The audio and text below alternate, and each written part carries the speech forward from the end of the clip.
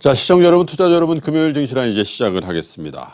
13일 연속해서 우리 코스피가 올랐습니다만 여러분 어제의 비교적 큰 폭의 하락 조정을 보면서 어떤 생각들을 하셨습니까? 아직도 우리의 투자 심리라는 게 굉장히 충만하지 않구나라는 그런 생각을 하게 됐습니다. 외국인의 비교적 큰 폭의 매도가 나왔고요. 그리고 삼성전자가 3% 이상 빠지는 모습을 보이면서 거래소와 코스닥이 최근 들어서 가장 큰 폭의 하락세를 하루 시연하고 나니까 그 전까지 있었던 어떤 증시에 대한 자신감 뭐 이런 것들이 그렇게 견고하지 못했구나 그런 생각들을 하게 된 어제 하루였던 것 같습니다. 다행히 오늘은 코스닥을 위주로 해서 반등세를 보이고 있습니다만 아직도 투자 심리라는 것은 상당히 얇구나라는 그런 생각을 하게 되는 금요일 오전인 것 같습니다.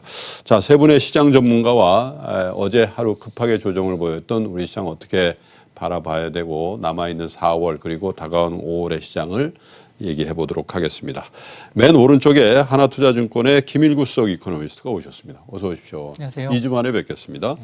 자, 삼성선물의 전승지 책임연구원도 오셨습니다. 어서 오십시오. 안녕하십니까. 제 왼쪽에 유진투자증권의 한병화 연구위원을 모시죠. 어서 오십시오.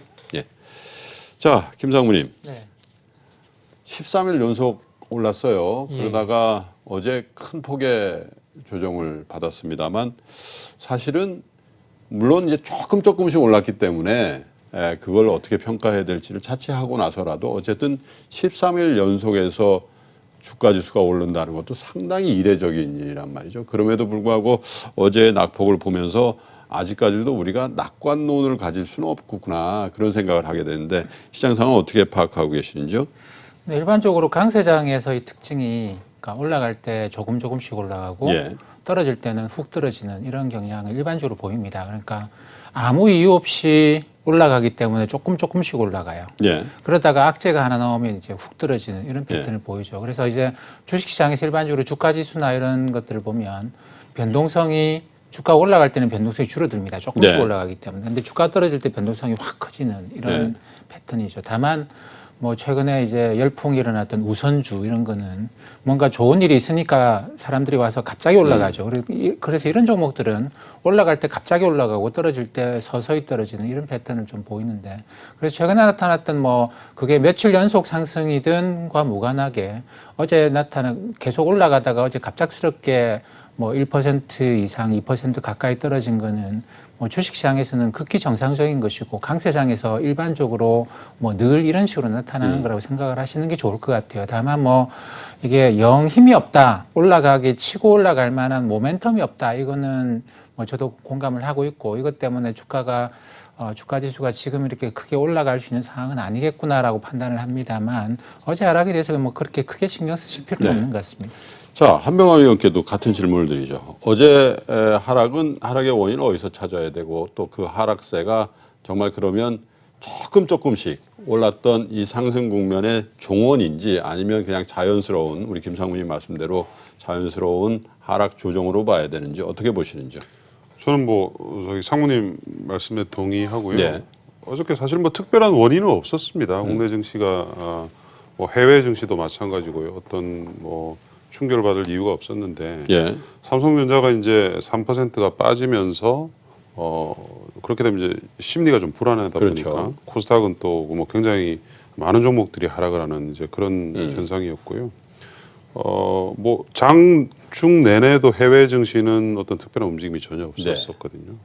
그러다 보니까 이제 올 만큼 왔지 않느냐 지수상으로는 좀 피곤하다. 예, 그렇죠. 예. 피곤하다. 이제 좀 차익 실현 뭐 해야 되고 또 5월달에 어쨌든 중국과 미국의 합의가 뭐 대충 이제 이루어지는 것 같고 그런 것들이 반영이 돼 있으니 미리 좀 차익을 실현하자 이런 이제 인식들이 좀 있었던 것 같고요.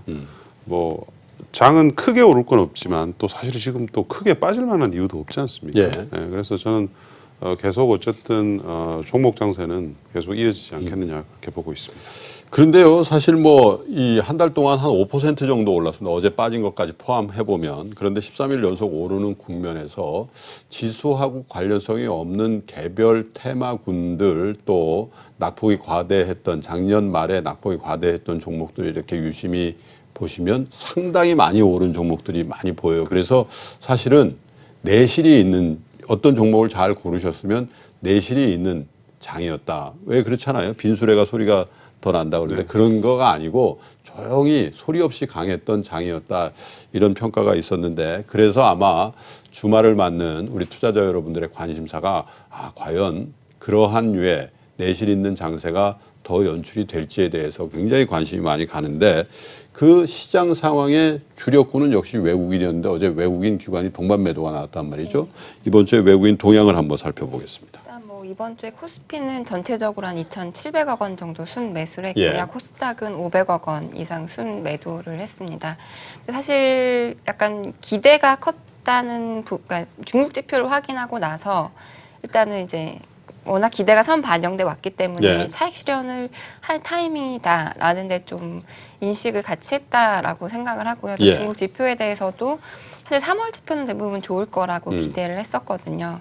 근데 이제 좀 이게 지속성이 가능한가 또는 이제 마사지했다라는 뭐 그런 이제 얘기들 좀 있는데 중국 쪽 얘기인가요? 예. 뭐 그런 부분들에 대한 좀 생각 그런 것들이 좀 엮여지면서 어쨌든 차익 실현이 좀 나왔다라고 보는 게 우리 지수의 하락과 마찬가지로 네. 인식하는 것이 맞지 않나 싶습니다. 이제 IT 쪽에 집중적으로 샀기 때문에 삼성전자와 하이닉스가 오늘은 예, 주가의 향배가 좀 엇갈립니다만 외국인들이 과연 이 두 종목에 대한 입장을 어떻게 표명을 할지도 굉장히 큰 관심거리인 것 같은데 그래서 중국 얘기를 좀 해보겠습니다. 중국 경제 성장률이 일단 분기별로 하락세를 일단 멈췄습니다. 2019년 1분기를 기준으로 해서 멈췄고 그리고 나서 IMF도 사실 연간 전망치를 거의 유일하게 중국 경제만 0.1%포인트 올린 바가 있단 말이에요. 우리 한국 경제는 추경을 감안하면 동결이고 그 외에는 대부분 다 떨어뜨렸는데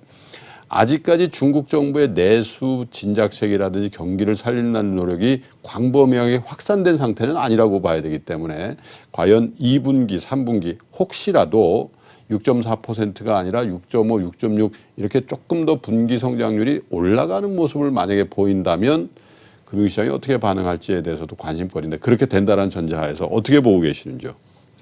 그 중국은 작년 말부터 사실 부양책을 많이 쓰고 있었습니다. 예. 근데 그게 굉장히 요란한 부양책은 아니죠. 우리가 중국의 부양책 그러면 뭐 지급 준비율 인하한다든가 뭐 예. 이런 것들을 기대를 하는데 그런 정책을 작년에 쓰긴 했습니다만 작년 연말부터는 좀 조용하게 개인의 소득세를 낮춰주고 이러면서 소비를 부양하기 시작했어요. 예.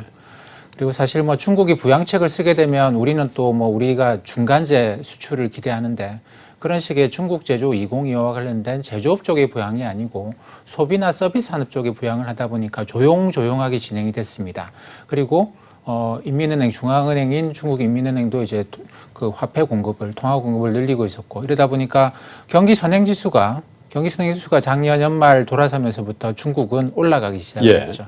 그래서 부양책이 조용조용하게 나타났지만은 효과를 나타낼 때가 1분기가 됐어요. 그래서 성장률 하락을 멈추고 어느 정도는 가고 그리고 여전히 중국은 국가 주도의 경제입니다. 그렇기 때문에 국가가 하려고 하면 그걸 장기적으로 끌고 가지는 못하지만 사실 뭐 1년 정도의 성장률은 충분히 만들 수 있거든요. 그래서 뭐 작년 연말에 여러 가지 경기 둔화 움직임 뭐 이런 것들 그리고 이제 뭐 중국 사람들이 경제가 악화되는 거 아니야 이런 좀 우려도 좀 하고 있었고 그렇기 때문에 진작책을 쓰면서 그걸 완화시킬 필요는 확실히 있었다고 생각을 하고 근데 예. 이번에 이제 미중 무역 합의도 곧 아마 하게 될 것 같은데 중국 입장에서는 그런 것 같아요. 미국하고 중국은 중국이 이번에 무역 합의를 하면서 이제 중점적으로 내세우는 건 우리 G2다라는 거거든요. 그러니까 우리가 서로 협력해야 된다. 경제 정책에서도 마찬가지로 협력해야 된다. 근데 지금 미국은 이제 성장을 계속 끌고 가기에는 동력이 좀 많이 부족합니다. 예. 하원이 트럼프 대통령이 쓰겠다는 거 절대 아무것도 안 줄 거거든요. 그렇게 보면은 미국의 성장이 좀 둔화가 되는 상황에서 G2라는 관점에서 보면 중국이 우리가 좀 더 부양을 해줄게 뭐 이런 식으로 이제 약속은 하고 있는 상황이고 그게 위안화도 좀 절상시켜 달라라고 하는 게 미국의 요구가 그 이야기입니다. 내수 부양도 좀 해달라. 그렇게 보면 2분기쯤에 중국의 성장률이 미약하지만 올라갈 개연성을 상당히 좀 많이 갖고 있어요. 예. 그렇기 때문에 이제 뭐 다들 중국은 성장률이 떨어질 것이고 뭐 경기는 지금 뭐 침체 간다 이런 이야기들도 많이 하고들 있는데 그게 아니네라고 하면 이게 아래쪽으로 예상을 하고 있다가 약간이긴 하지만 위쪽으로 방향을 바꾸면서 시장이 야 이제 뭐 경기 둔화 이런 거 끝났고 뭐 이번에는 중국이 먼저 치고 나가면서 경제가 다시 좋아지는 모양으로 가는 걸 거야 이렇게 이제 기대가 바뀌게 되면 뭐 주가의 상승이 새로운 모멘텀을 가질 수가 있겠죠. 그래서 이제 중간중간에 중국 경제 지금 현재 컨디션을 나타낸 뭐 PMI라든지 뭐 이런 지표들이 중간에 발표가 되면 조금 개선된다는 뉴스만 나오면 장이 굉장히 민감하게 반응을 하더라고요. 왜냐하면 계속해서 나쁜 지표들만 나오다가 간헐적으로 좋은 지표가 나오면 그 호재에 더 민감한 상황인데 기관 투자가들 많이 만나시니까 한병화 위원 사실 한 달 동안 특히 4월장만 놓고 보면 어떻게 보면 소리 없이 강하다. 예를 들면 몇몇 이 섹터별 산업별로 중소형주들이 굉장히 좋은 흐름을 보였단 말입니다. 네. 기관 투자가들 입장은 어떻게 그 파악이 되든가요? 뭐 결국 이제 그게 기관 투자가들의 행동의 결과였죠. 네. 일단 대형주들, 뭐 삼성전자 같은 대표주들을 지금 추가로 어떤 견인하기에는 모멘텀이 좀 부족한 상태고요. 예. 반면에 이제 중소형주들 중에서 이제 좀 섹터가 괜찮아진 데들, 대표적으로 이제 좀 전에 상무님 말씀하신 중국 소비 관련 주들, 예. 뭐 또 여러 이제 작년까지는 또 특히 안 좋았던 뭐 패션 뭐 이런 쪽들 종목들이 많이 상승을 한 상태고요. 그래서 지금 중소형주 관련 펀드들의 수익률이 제일 지금 좋습니다. 좋죠. 예. 예. 액티브가 상당히 이제 좋은 상태이고요. 예. 당분간은 뭐 이런 흐름이 계속하지 않을까 싶습니다. 전체적인 큰 그림상으로는 여기서 뭐 지수를 뭐 대규모로 어떤 견인할 만한 모멘텀이 쉽지가 않은 상태이고 반면에 이제 종목들 중에서는 좀 생존한 종목들이 많이 있잖아요. 네. 그 사이에 좀 오랜 기간을 거치고 생존한 종목들에서 이제 새로운 어떤 모멘텀을 받는 종목들이 네. 종목 군별로는 꽤 지금 나오고 있거든요. 네, 그래서 그런 상황이 계속 연출될 것으로 보이고 있습니다. 한병화 위원 같은 분들이 아주 액티브하게 활동하는 시기네요. 그렇습니다. 네? 삼성전자, 하이닉스만 가는 장에서는 네. 굉장히 힘드시잖아요. 그렇죠. 예. 물론 뭐 그 중에서도 또 가는 종목들이 예. 있긴 한데 예. 지금 이제 보여주는 게 제가 봤을 때는 향후 우리의 경제의 어떤 상황을 좀 나타내는 바로미터와 같은 지금 트렌드라고 보이십니다.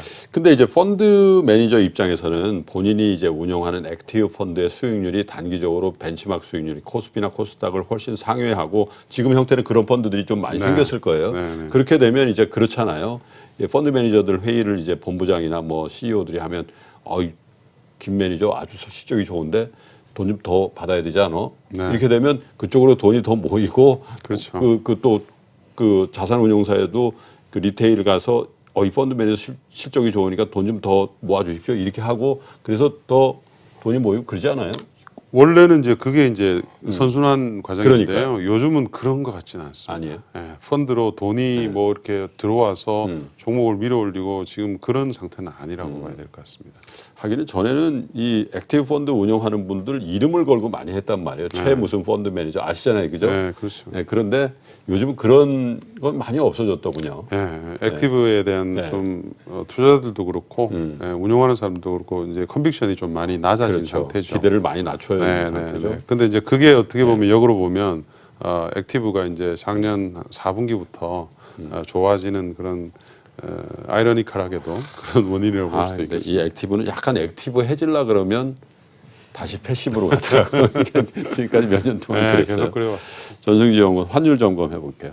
환율은 뭐 이번 주에 거의 30원대에서 등락을 했고요. 사실 중국 지표도 좋았고 네. 뭐 미국 기업 실적도 뭐 괜찮다는 인식도 있기 때문에 좀 빠질만 하기도 했는데 일단 외국인이 뭐 순매도로 전환했던 그런 부분들 그다음에 사실 위안화가 큰 폭의 강세를 보였었는데 환율은 거의 좀 많이 따라가지는 못했습니다. 이번 주에 또 배당금, 그러니까 외국인 이제 배당 역송금 수요가 워낙 많고 특히 오늘 같은 경우는 삼성전자가 외국인한테 한 1.3조 원 정도 배당을 지급하거든요. 네. 그래서 수요가 좀 탄탄하게 유지가 되면서 일단은 지지력을 보였고 또 하나가 이제 중국 경제의 그 그 호조가 한국 경제에 대한 낙수 효과가 좀 제한되는 거 아니냐. 사실 뭐 중국이 수출은 좋았는데 3월에 수입은 별로 안 늘렸거든요. 네. 그런 거 보면 뭐 중국이 뭐 지금 소비, 뭐 내수 위주로 가고 있다 보니까 우리에 대한 낙수 효과는 좀 제한되는 것 아닌가 그런 부정적인 인식들이 다 환율에 좀 반영이 돼 있는 것 같습니다. 위안화 환율은 어떻습니까? 위안화는 그 성장률 지표 발표되는 날 큰 폭의 강세를 보였습니다. 네.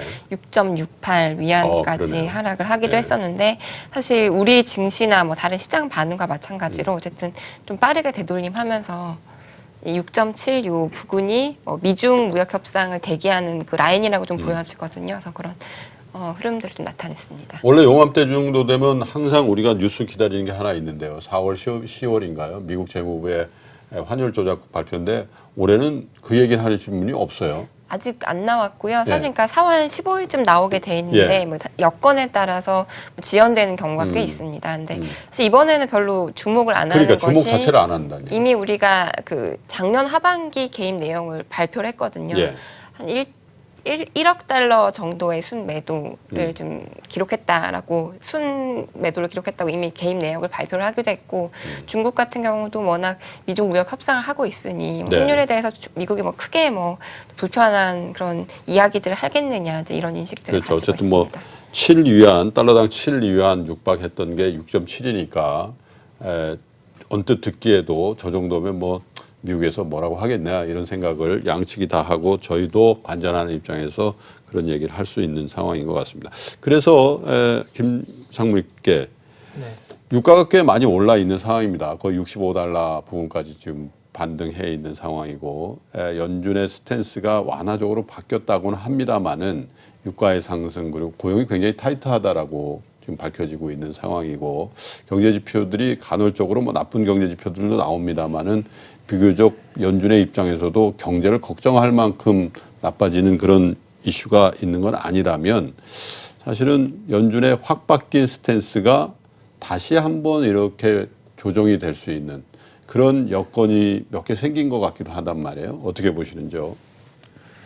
글쎄 저기 올해 들어와서 뭐 주가 올라가면서 금리가 떨어졌던 게 연준이 금리 인상 완전히 끝냈을 것이다. 예. 오히려 금리 인하를 할 수도 있다. 뭐 이런 시장의 기대가 좀 작동을 많이 했는데 이런 식으로 금리는 떨어지고 주가는 올라가고 이런 예. 패턴이 2016년에도 있었고요. 그다음에 2017년에도 있었어요. 네. 근데 2016년에도 똑같이 그때 한창 유럽에서 극우 세력이 이제 정치 전면에 나서면서 이러다가 유로존 깨지는 거 아니야? 경기 침체 오는 거 아니야? 이런 걱정을 했고 그러면서 금리가 많이 떨어졌었는데 그때도 지금 말씀하신 것처럼 연준이 8월 달에 잭슨홀 컨퍼런스를 계기로 해서 분명히 선을 그어버립니다. 네. 그거 아니다. 아니고 경제는 좋고 우리는 금리 인상을 계속해 나갈 것이다. 선을 그어버리면서 채권 시장의 기대가 확 바뀌어버리죠. 그러면서 2016년 8월 말 이후로 금리가 꽤 많이 올라가기 시작했고 2017년에도 마찬가지입니다. 트럼프 대통령 들어서고 난 다음에 탄핵되는 거 아니야? 뭐 이런 것 때문에 금리가 상당히 많이 떨어졌다가 역시 연준이 처음에 좀 조심스럽게 나가다가 이제 여름쯤 되면서 다시 좀 공격적으로 경기 좋은데 뭐 왜 우리가 금리를 인상 안 한다고 생각하는지 모르겠다 이렇게 되면서 채권 시장의 금리가 또 급상승한 적이 있어요. 네. 근데 이번에도 지금까지 패턴은 연준이 굉장히 인내심 갖고 기다리겠다 이러면서 금리 인상 끝난 거 아니야? 그리고 미국이 하원을 민주당이 장악하면서 트럼프 대통령이 쓰겠다는 거 하나도 안 줄 건데 그럼 미국 경제 투자가 위축되겠는데 이러면서 금리가 좀 많이 떨어졌습니다. 근데 경제 지표 미국은 소비만 가지고도 2% 성장은 해요. 네. 근데 지금 고용 여건이나 뭐 이런 걸 보게 되면 소비가 위축될 개연성은 거의 없는 것 같고 네. 경기 침체가 아니고 2% 언저리 위아래에 그런 GDP 성장률이 나오는데 그렇게 되면 이제 연준이 지금은 인내심 이야기하고 있습니다만 여름 지나게 되면 인내심이 아니고 이게 경제가 좋아지고 있다라고 말을 바꿀 개연성도 있어요.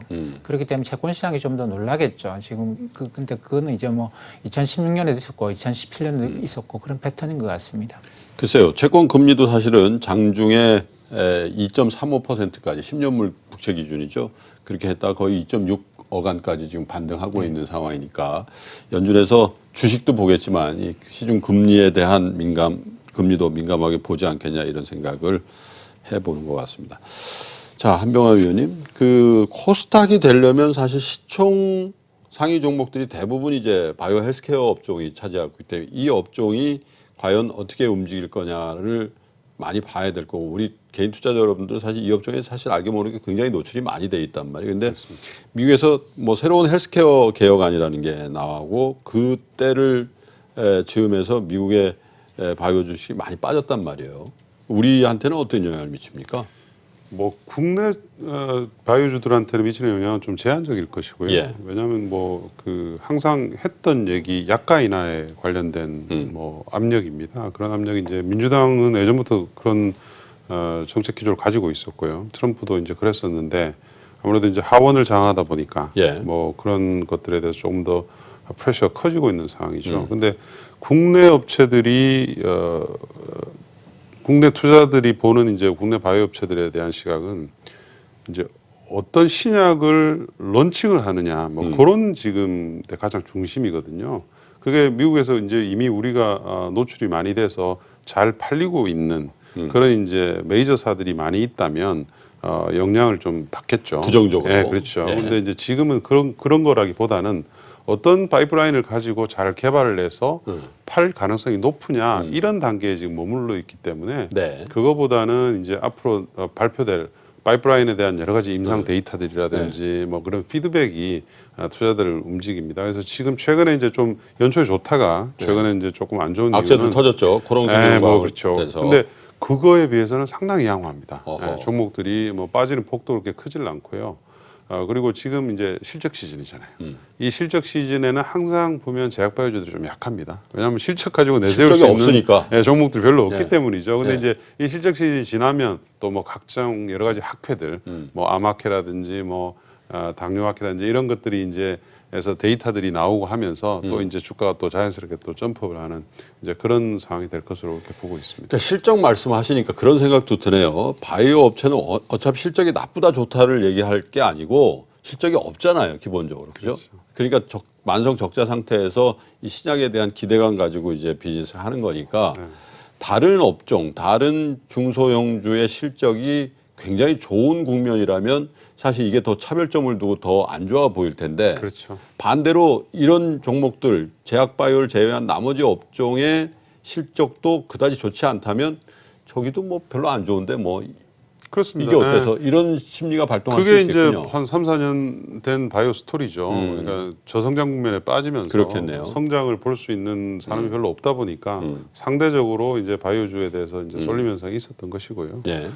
그 국면은 별로 변하지는 않을 것 같습니다. 거기다가 금리는 계속 낮아져 있는 상황이니까 대한민국 경제 상황을 예. 봤을 때 예. 그럴 것 같습니다. 성장주에 대한 메리트가 그렇게 훼손당하는 국면은 아니다. 네. 실적도 좋지 않고 네. 금리도 낮다면 그런 미래에 대한 어떤 성장 가치에 대한 베팅이 일어날 수 있는 충분한 여건이 되어 있다 이렇게 보시는 것 같고요. 자, 어제 금통위가 있었는데 성장률 전망치를 0.1%포인트 낮췄습니다마는 뭐 덤덤한 것 같습니다. 왜냐하면 추경이 예상되는데 한 7조 규모라고들 하는데 그 추경을 감안하지 않은 상태에서 낮춥니다라는 단서를 붙였기 때문에 추경이 이제 정부 목표는 5월 내로 이제 국회 승인을 받겠다는 거 아닙니까? 그렇게 되면 한국은행 전망치가 7월에 다시 리바이스 되는데 7월에 다시 이제 수정 발표가 되면 그때는 오히려 조금 올릴 수도 있지 않냐 이런 기대도 있는 것 같아요. 어떻게 보셨습니까? 일단 다른 중앙은행들의 톤과 좀 예. 비슷하다. 어제 이제 그 금리 인상을 시사하는 문구를 좀 삭제를 하면서 이제 예. 인상 사이클이 일단은 마무리됐다라는 것을 확인을 했고요. 최근 그 중앙은행들의 톤을 보면 네. 우리가 경기에 걸림돌은 안 되게 할 건데 예. 그래도 이제 역할은 좀 정부에 있다. 우리의 역할은 다 했다라는 그런 톤들을 대부분 가지고 있는 것 같아요. 연준도 그렇고 ECB도 그렇고 예. 추가적으로 경기를 우리가 견인할 수는 없다라는 인식을 가지고 있는 것 같고 그래서 한은도 말씀하셨듯이 추경을 감안하지 않은 거다라고 얘기를 하면서 이제 정부의 좀 추경을 자극하는 그런 것으로 보여지고요. IMF의 전망치는 근데 사실 추경을 공격적으로 한다고 가정을 했을 때 2.6, 2.5 이 정도로 전망을 했었거든요. 네. 진짜 나오는 거 봐야 되긴 하지만 어쨌든 이제 추경에 대한 기대는 상당히 좀 시장에서는 있는 상황인데 그래서 추경의 내용이 결국은 어떠할 거냐, 네. 실제로 경기를 숫자를 끌어올릴 수 있는 정책들을 할 거냐, 네. 그런 것들이 좀 중요한 것 같습니다. 근데 김상무님, 네. 우리 예산이 뭐 한 500조 다 돼 가잖아요, 그죠? 근데 7조 정도 추경을 한다고 해서 물론 이제 전승지 연구원 얘기대로 어디다가 어떻게 쓸 건지도 굉장히 중요합니다만은 그게 뭐 성장률을 그렇게 리프트할 수 있는 이게 더 견인할 수 있는 정도의 그 정도 규모가 됩니까? 7조 추경이면은? 그 우리나라 GDP가 1년 GDP가 1,700조 원이 좀 네. 넘을 거예요. 그러면 예. GDP 1%가 한 17조 원. 7조 원이면 이제 뭐 GDP의 0.4% 정도, 뭐 그 정도 잡아야 되겠죠. 근데 이 7조 원을 쓴다고 전부 다 GDP 당해년도에 올라가는 그렇죠. 건 아닙니다. 네. 그래서 거기다가 또 한 뭐 어떻게 쓰느냐에 따라 달라지는데 많이 계산해 줘봤자 한 40%, 보통 한 30% 정도 계산을 해줘요. 그렇게 보면 0.1%, 0.2%가 채 안 되는 정도의 GDP 상승 효과가 7조 원 정도 쓰면 아마 지금 그럴 수 있습니다. 스팟으로 뉴스가 하나 나오네요. 기상청에서 강원 동해시 북동쪽 56km 해역의 규모가 4.2라고 하네요. 지진이 일단 해상에서 발생이 했다는 뉴스가 있네요. 저쪽이라서 좀 더 긴장이 되네요. 항상 동쪽에서 그런 얘기인데 계속해 주시죠. 네, 그래서 GDP 성장을 끌고 가려고 그러면 이게 이제 뭐 7조 원 정도의 추경으로는 안 되겠죠. 근데 제가 볼 때는 지금 4월에 추경이 나오기 때문에 네. 하반기에 계속해서 뭐 쓸 데가 있다고 한다면 추경이 계속 나오겠죠. 그렇게 해서 정부로서는 GDP 성장률 2.7, 2.8 정도를 만들려고 많은 노력을 할 겁니다. 왜냐하면 우리가 성장률이 떨어지게 되면 그러면 오히려 정부가 돈을 더 많이 써야 돼요. 왜냐하면 일자리가 줄어들면서 저소득층의 소득이 줄어들고 예. 그러면 또 자동적으로 정부가 돈을 더 써야 됩니다. 그러니까 오히려 추경을 통해서 일자리를 좀 만드는 것이 어떻게 보면 정부의 세금 부담을 좀 줄여주는 것이기도 하겠죠. 그래서 그게 2.7, 2.8% 정도 성장률을 대충 생각을 하고 있는데 그걸 만들기 위해서 추경을 앞으로 몇 번 더 할 것 같아요. 네. 그러니까 몇 번 더 한다는 얘기는 몇 해 더 한다는 얘기시죠? 네, 그렇습니다. 예. 지금까지 뭐 추경을 근자에 안 한 해가 없으니까 그러나 이제 규모의 문제와 더불어서 과연 정부가 어느 쪽에 이 추경 예산을 사용하고 어떤 효과를 볼지는 이제 평가받아야 될 그런 숙제가 아닌가 생각이 들고요. 유가 좀 체크해 볼까요? 유가가 잘 안 빠지고 있습니다. 소폭 좀 상승을 했고요. 그 말씀은 빠질 거로 보셨다는 얘기신가요? 또 레벨이 약간 70불이 이제 예. 다시권에 들어오니까 좀 네. 부담스러운 상황인 거 맞는 것 같고요. 그래도 지금 러시아나 오펙이 이제 감산을 이제 종료할 거다라는 기대도 예. 좀 나타나고 있습니다. 그런 부분들이 좀 상승을 제한하고 있긴 한데 뭐 이번 주에 뭐 지표도 좋았고 확실히 수급은 여전히 좀 타이트한 것 같습니다. 그래서 네. 수급이 뭔가 좀 해결이 돼야 좀 시원하게 빠질 수 있을 것 같은데 아직은 좀 지지력을 유지를 하고 있는 것 같습니다. 이란에 대한 제재 얘기가 왜 이렇게 안 나옵니까? 이제 일몰 네. 시간이 다 돼 가잖아요. 5월 달로 알고 있는데 네, 그러면 트럼프든 누구든 간에 뭔가 얘기할 때가 된 것 같은데 아주 조용하단 말이에요. 이 8개 나라에 대해서 금수저치 면제해 줬던 것들에 대해서 뭔가 카드가 나오고 언급이 있어야 되는 거 아니에요, 김상무님? 지금쯤이면? 그렇죠. 트럼프 대통령의 원래 스타일이면 네. 벌써 트위터에서 뭐 여러 가지 요즘 이야기를 트럼프 대통령이 했겠죠. 굉장히 진중해졌어요. 네. 네.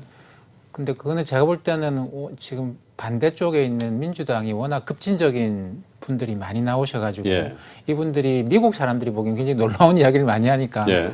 트럼프는 오히려 자기는 좀 중간적인 입장, 중립적인 어허. 입장 그런 식으로 조금 하다 보니까 최근에는 사람들을 놀래키는 이런 뉴스거리를 안 만들려고 예. 하는 것 같아요. 음. 그래서 좀 조용히 아하. 있는 것 같은데 그 원래 미국 대통령의 스타일이 그렇죠. 미리 이야기 안 하고 마지막에 가서 이제 뭐 실무자들이 결정하고 그게 중대 발표면 그때 나와서 이야기하고 이런 스타일인데 그 최근에 트럼프 대통령 스타일 보면 좀 그런 옛날 대통령 스타일로 좀 가는 것 같아요. 근데 유가 문제는 저기 이란에 대한 제재를 하려고 들면 유가가 문제겠죠. 그러면 예. 아무래도 미국 소비자들로서는 그걸 굳이 꼭 그렇게 해야 되겠냐 이런 이제 반발을 살 거기 때문에. 예. 근데 유가를 잡으려 그러면 미국에서 셰일 오일의 생산량이 그만큼 올라가줘야 됩니다. 예. 그러려 그러면 또 유가가 올라가줘야 돼요. 왜냐하면 예. 미국의 셰일 업체들은 민간 업체들이기 때문에 그렇죠. 이익을 생각하는 것이죠. 예. 그래서 지금 유가를 따져보고 있는 것 같아요. 이 정도 유가가 미국의 생산량을 증가시킬 것이냐. 어떻게 보면 반대로 트럼프 대통령이 결국 미국이 이란을 제재를 하고 예. 뭐 금수 조치를 확대하고 그래서 유가가 올라가면 미국의 생산이 증가하면서 다시 유가가 떨어질 수 있거든요. 네. 그래서 뭐 이렇게 저렇게 많이 따져보고 있는 것 같은데 이렇게 하나 저렇게 하나 결국 유가는 시간이 지나서 더 올라가든 어떻게 하든 나중에는 떨어지지 예. 않겠는가 한 가을쯤 돼서 보면 그렇게 생각을 합니다. 그 말씀을 들으니까 그러네요. 최근에 미국의 국회의원 중에 그 무슬림 그를 믿는 이 히잡 쓰고 이런 오마르라는 국회의원이 나와서 9.11 테러를 두고도 뭐라고 했나요? someone did something 누군가 뭔 일을 했다 뭐 이런 걸 해가지고 굉장히 미국 사회에서 논란도 되고 그랬고 또 뭐 워렌 민주당 의원 같은 것도 굉장히 파격적인 어떤 부자에 대한 과세라든지 뭐 이런 얘기를 하다 보니까 오히려 트럼프 대통령이 가만히 있어주니까 트럼프 대통령이 좀 모더레이트한 그냥 약간 너무 극도의 뭐 이런 인상이 많이 없어진 것 같기도 해요. 예, 그런 측면이 있어서 그런 것들을 감안해서 이 트위터라든지 말을 줄였다면 그것도 되게 의미 있는 그런 거군요. 예. 자, 한병화 위원께 전기차라든지 뭐 이 재생에너지라든지 뭐 이런 쪽에 관심들이 많으셨잖아요.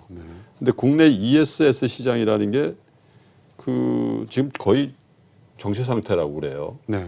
이 ESS의 개념하고 왜 그런 상황이고 앞으로는 어떻게 될지도 좀 설명해 주세요. ESS는 이제 에너지 저장 장치죠. 저장 장치인데 정부에서 재생에너지하고 연계된 ESS에 대해서 굉장히 많은 보조금을 주면서 예. 설치가 급증을 했습니다. 작년도에 한 2기가와트 이상 설치가 됐는데요. 근데 이제 단기간에 이렇게 전 세계적으로도 많은 ESS를 설치한 게 처음 있는 일이었거든요. 그러다 보니까 그 안에 이제 여러 가지 이제 부작용들이 나면서 화재들이 많이 났죠. 네. 그래서 정부가 일단 좀 문제가 있다고 판단되는 ESS 단지들을 다 이제 가동을 중단을 시킨 일단 상태입니다. 전수조사한다. 네네. 네. 조사를 하고 있는 상태고.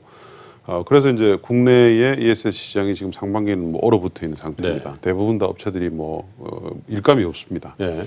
그래서 또 산업부가 최근에는 이제 5월 내지는 늦어도 6월 안으로는 결정을 내서 예. 산업을 계속 이제 유지시키도록 하겠다 하고 예. 이제 스탠스를 좀 정한 것 같고요. 예.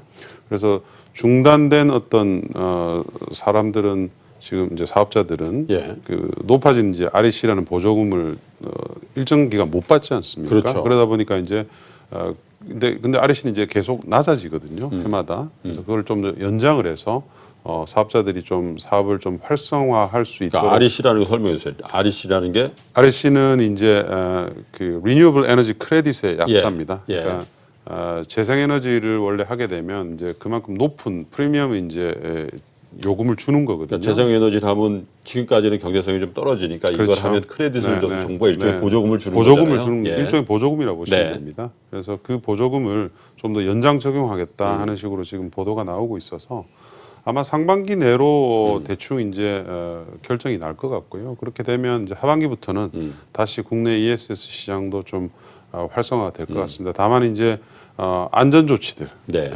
뭐 불이 계속 나면 안 되지 않습니까? 그렇죠. 이제 그게 이제 여러 사업자들 중에서도 이제 사업이 너무 많다 보니까 예. 또 일부 좀 무자격한 분들 그리고 설치가 그냥 단순하게 뭐 컨테이너 박스에다 그냥 넣는다든지 이런 것들이 생기면서 이제 일어난 문제들이 복합적으로 작용을 했거든요. 그래서 좀 안전을 좀 강화하는 조치들이 나올 것 같고요. 다만 이제 산업은 ESS라는 산업이 국내만 지금 이런 게 아니고요. 미국, 유럽, 올해는 우리보다 미국이나 유럽 시장이 훨씬 좋습니다. 네. 그러니까 재생에너지가 많아지면 당연히 이런 어떤 그 간헐성을 갖다가 상쇄하기 위해서는 ESS를 설치를 그렇죠. 해야 되거든요. 예. 그래서 지금 ESS 설치가 전 세계적으로 많이 확산이 그러니까 되고 재생에너지의 간헐성이라는 거는 예를 들면 화력발전소라든지 원자력발전소는 화석연료를 떼는 거 아니에요? 그러니까 그렇죠. 계속 컨트롤을 하는데 네. 재생에너지는 바람이 불 때도 있고 태양이 질 때도 있고 하니까 그 그렇습니다. 간헐성을 줄여주려면 그렇죠. 에너지의 안정성이라는 측면에서 네. 그 ESS 에너지 저장 장치가 필수적이다. 그렇죠. 그 ESS 그리고 이제 앞으로는 아마 수소로 충전하는 시스템이 이제 많아질 예. 것이고요. 뭐 그렇게 되면은 기존의 화석 연료와 동일한 발전원이 되는 예. 거죠. 예, 그렇게 나가고 있습니다. 지금 전 세계가. 그래서 관련해서 좀 여쭤보고 싶은 거예요. 지난주입니까? 왜 이낙연 국무총리가 참석을 했던데요. 그 진도입니까? 풍력 단지에 가서 정부가 추진하고 있는 3020, 그러니까 2030년까지 신재생 에너지, 재생 에너지의 발전 비율을 20%까지 올린다. 지금 몇 퍼센트 수준입니까? 그거는 이제 통계에 따라 다른데요. 예. 뭐 정부는 한 8% 선이라고 근데 얘기를 실제로는 하는데, 아니라고 하죠. 풍력 태양광만 따지면은 뭐 작년에 좀 많이 증가했지만 3% 내외일 그 거예요. 나머지 이제 5%라는 건 사실은 바이오매스라는 게 이건 사실 청정 아니잖아요. 그렇죠. 거기서 매운도 나고 하는 거니까. 순수한 재생에너지는 아니죠. 그래서 이제 3020이라는 게 사실 거의 현실적으로 불가능한 거 아니냐, 원전에 대한 논란도 있고. 그래서 정부의 의지가 어느 정도 있는지에 대해서도 사실 퀘션 마크를 주는 분들이 많이 있단 말이죠. 네, 그렇습니다. 어떻게 봐야 됩니까? 왜냐하면 풍력이라든지 태양광 쪽에 투자하시고 계시는 분들도 그 부분 믿고 투자하신 분들이 많거든요. 조금 전에 이제 그 기사가 나왔는데 예. 국가의 3차 에너지 기본 계획이 조금 전에 예. 이제 공개가 됐습니다. 2040년 기준으로 30에서 35% 재생에너지를 달성하겠다는 계획이고요. 이게 5년마다 나오는 최상위의 이제 그렇죠. 에너지 프레임이거든요. 기본 계획이죠. 그렇기 때문에 이제 굉장히 중요한데 예. 그만큼 정부가 어쨌든 에너지 전환에 대해서의 정책은 뭐 확고합니다. 확고한데 문제가 되는 것은 이제 이것을 실행하는 과정에서 예. 좀 컨트롤 타워가 자리를 잡고 여러 가지 이제 계획들 좀 빨리 실행을 해야 되는데 그게 안 되다 보니까 이제 체감을 저희가 하기가 좀 어렵습니다. 예, 그래서 그런 부분들은 이제 정부가 개선해 나가야 될 상황이라고 보여집니다. 그러니까 해외에서는 뭐 BMW다 또 뭐 애플이다 다 알리백이라고. 네. 그러니까 그 리뉴어블 에너지 100%로 만든 제품만 쓰겠다라는 게 네. 알리백이잖아요. 그렇습니다. 근데 우리 기업들은 지금 거의 준비가 안 돼 있는 상태죠. 뭔가 그게- 크레딧 사야 되는 상황이죠. 네. 그래서 제가 그 상황을 항상 이제 예. 투비어나 투비로 말씀을 드리는데 진짜 생존의 문제거든요.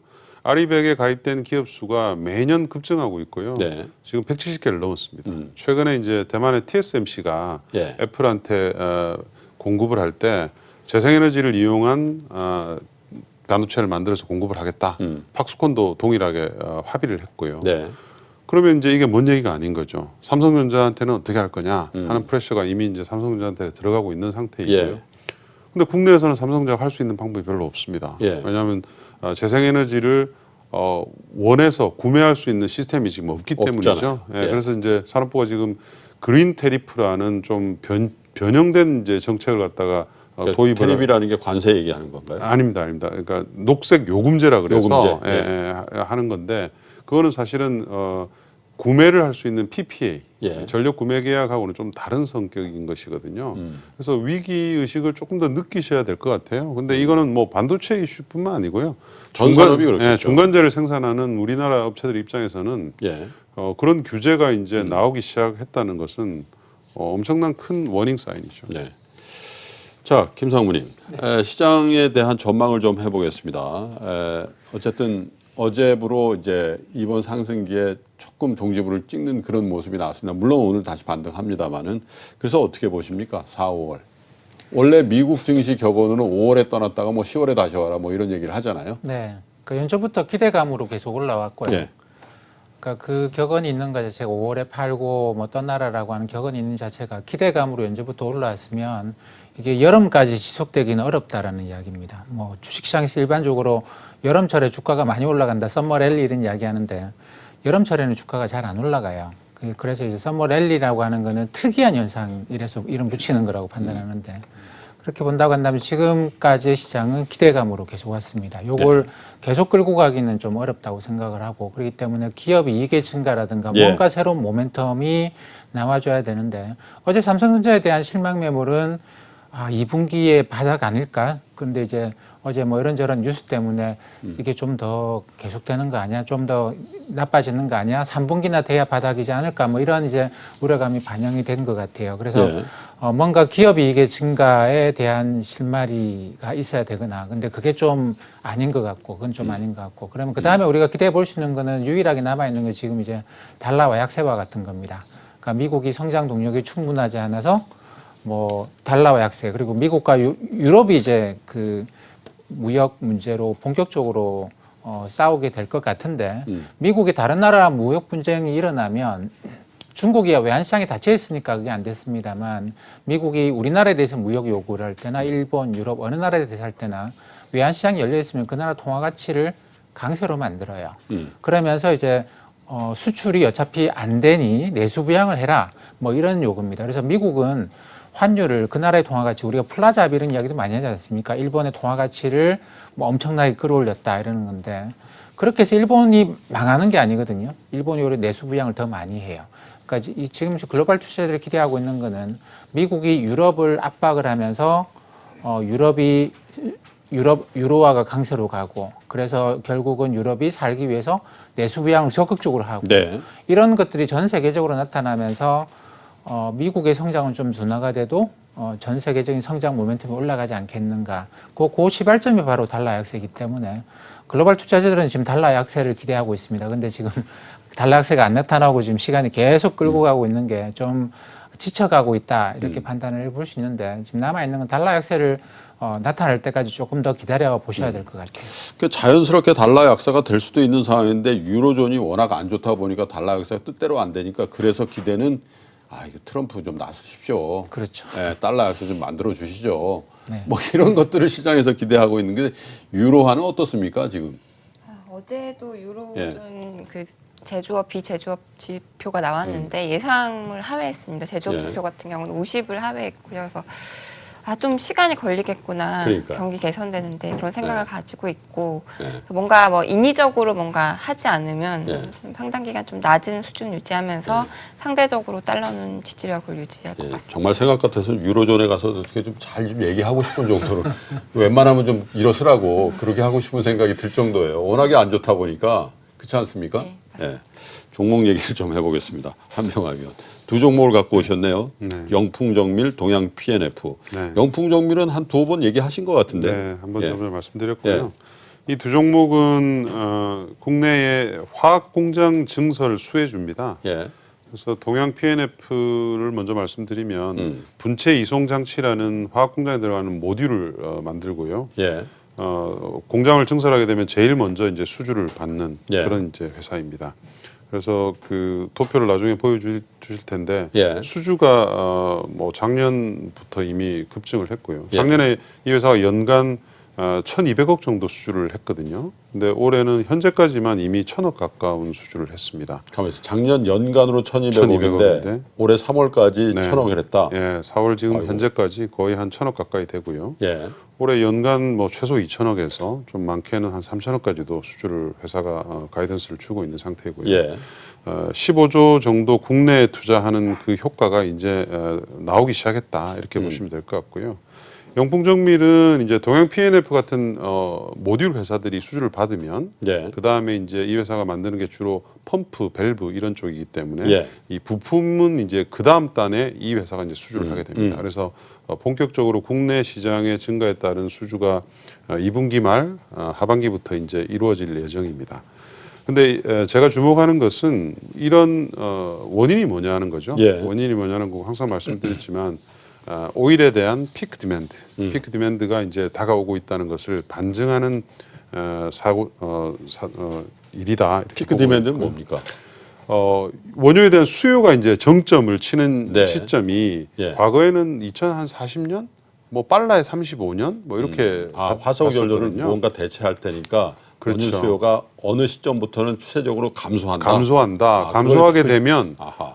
오일 회사들이 수요가 감소하니까 그렇죠. 이제 탐사나 개발, 예. 생산에 대한 투자는 별로 안 하는 거죠. 뭔가 그래서 다른 일을 해야 되겠네요. 네네. 그래서 이제 뭐 잘하는 일들이 그 친구들이 이제 화학 쪽 제품들을 만드는 거니까 원유를 한 번 더 가공을 해서 네. 그래서 이제 업스트림을 투자를 안 하고 예. 다운스트림 투자를 갖다가 굉장히 많이 늘리고 있죠. 그게 이제 우리나라 업체들이 제일 먼저 선봉에 서 있는 겁니다. 왜냐하면 원가 경쟁력이 약하기 때문에 좀 더 빨리 움직여야 되거든요. 네.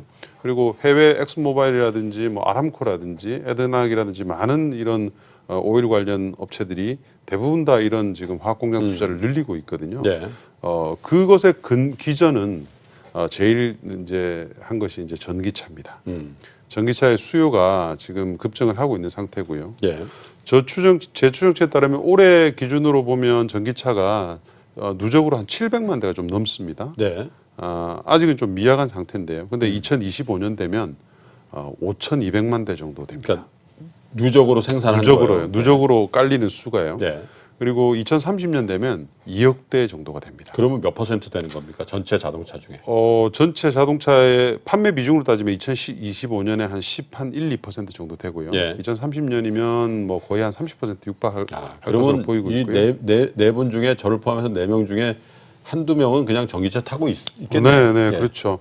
그래서 이제 2025년 되면 데일리 기준으로 한 5, 60만 배럴 정도 원유 수요가 감소할 수가 있고요.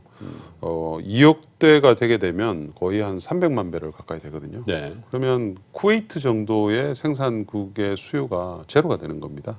그러니까 굉장히 심각하죠. 그러네요. 그러다 보니까 이제 뭔가 다른 일을 해야 되는데, 그래서 뭐 일부 BP라든지 이런 업체들은 리뉴얼 에너지에 대한 투자가 굉장히 활발합니다. 네. 그리고 이제 중동의 업체들이라든지 우리 업체들은 이제 화학공장 투자를 선택을 한 것이죠. 아하. 예, 그래서 이제 이런 화학공장 투자의 증설 사이클이 상당히 좀 길게 가는 국면이고요. 대표적으로 이제 동양 P&F, 영프정밀 같은 업체들이 그런데 필수적으로 들어가야 될. 필수적으로 들어가야 될 부품과 모듈이기 때문에 중장기 수혜를 입을 것으로 보고 있습니다. 아, 그렇군요. 전기차로 파생되는 게 석유화학 산업의 지형도도 바꿀 수 있고 정유 산업의 어떤 비즈니스 모델의 변화도 예상이 된다.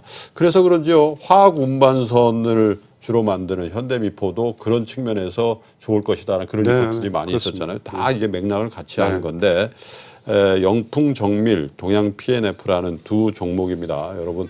그런데 제가 매주 이 시간에 여러분께 말씀드리죠.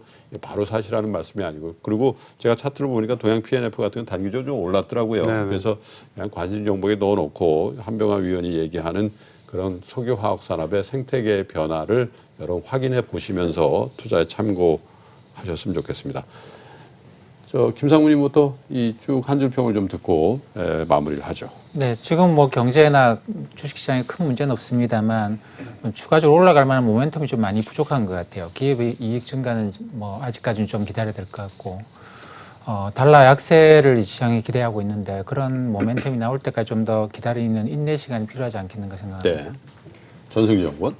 같은 맥락일 수 있을 것 같은데요. 기대와 실제인데 일단 기대는 거의 다 반영이 됐기 때문에 지표나 또는 실적 이런 실제적인 그런 부분들의 시장이 민감하게 좀 반응할 것 같습니다.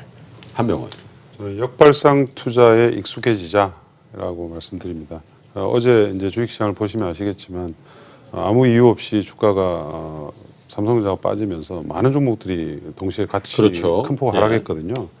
그러니까 그럴 때는 오히려 좀 이게 아닐 수도 있다 하는 생각을 가지고 여러 가지 좀 찾아보시고 좀 투자를 하게 되면 수익률이 많이 올라가거든요. 우리나라 이제 저는 항상 그런 생각을 많이 합니다.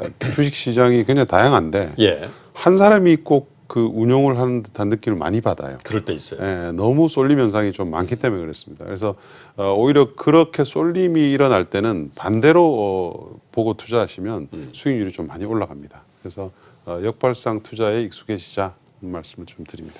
그래서 투자를 누가 대신 좀 해줬으면 좋겠어요. 제가 막 불안할 때는 그 대신하는 사람이 좀 사주고 제가 막 자신감이 넘칠 때는 저를 대신하는 사람이 누가 팔아줬으면 수익률이 훨씬 좋지 않겠나 생각하는데 그런 사람 찾기가 쉽지 않고 그런 사람을 믿을 수가 없는 게 문제 아니겠습니까? 주식 투자에서 돈을 많이 번 분들은 주식을 사랑하시더군요. 주식을 좋아하더군요. 그런데 주식도 그분을 좋아하게끔 만드는 서로 간에 어떤 교감이 있어야 되지 혼자만 상대방을 두고 계속 짝사랑하면 결과가 안 좋다라는 그런 얘기를 꼭 해드리고 싶습니다. 주식을 열심히 공부하시되 그렇지만 객관적인 입장에서 감정 컨트롤을 잘 하시는 게 주식 투자를 오래 하시고 성과가 있는 방법인 것 같습니다. 그리고 오늘 같은 이제 주말을 맞는 시기에는 주식 같은 굉장히 어려운 과목들에 대한 고민은 좀 접어두시고 가족들과 또 건강을 위해서 많이 투자하시면서 충전하셨으면 좋겠습니다. 자, 금요일에 보내드린 정신하는 오늘 여기까지 하겠습니다. 다음 주에도 정신하는 여러분들과 함께 한 걸음 더 들어가 보겠습니다. 시청자 여러분, 투자자 여러분, 고맙습니다.